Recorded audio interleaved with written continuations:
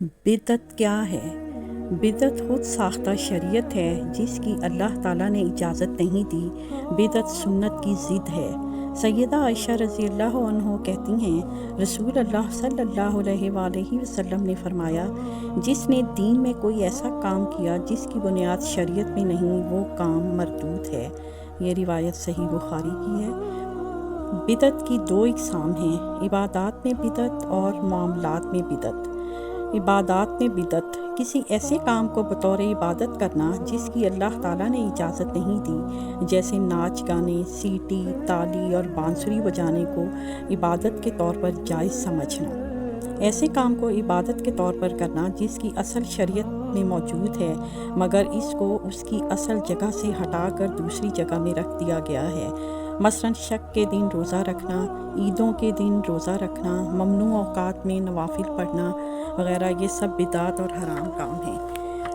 Number 2، معاملات میں بدعت ایسی چیز کی شرط لگانا جو نہ کتاب اللہ میں ہے نہ سنت رسول صلی اللہ علیہ وآلہ وسلم نے۔ سیدہ عائشہ رضی اللہ عنہ نے کہا کہ رسول اللہ صلی اللہ علیہ وآلہ وسلم نے لوگوں کو خطاب کرتے ہوئے فرمایا، کچھ لوگوں کو کیا ہو گیا ہے جو معاملات میں ایسی شرطیں لگاتے ہیں جن کی کوئی جڑ بنیاد کتاب اللہ میں نہیں ہے۔ بس جو شخص کوئی ایسی شرط لگائے جس کی کوئی اصل کتاب اللہ میں نہ ہو تو وہ شرط غلط ہے۔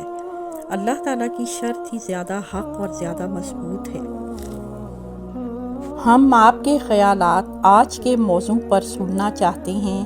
آپ اس تعلیم کو اپنی زندگی میں کیسے شامل کرتے ہیں؟ اپنے خیالات نیچے دیے گئے کومنٹس میں شیئر کریں۔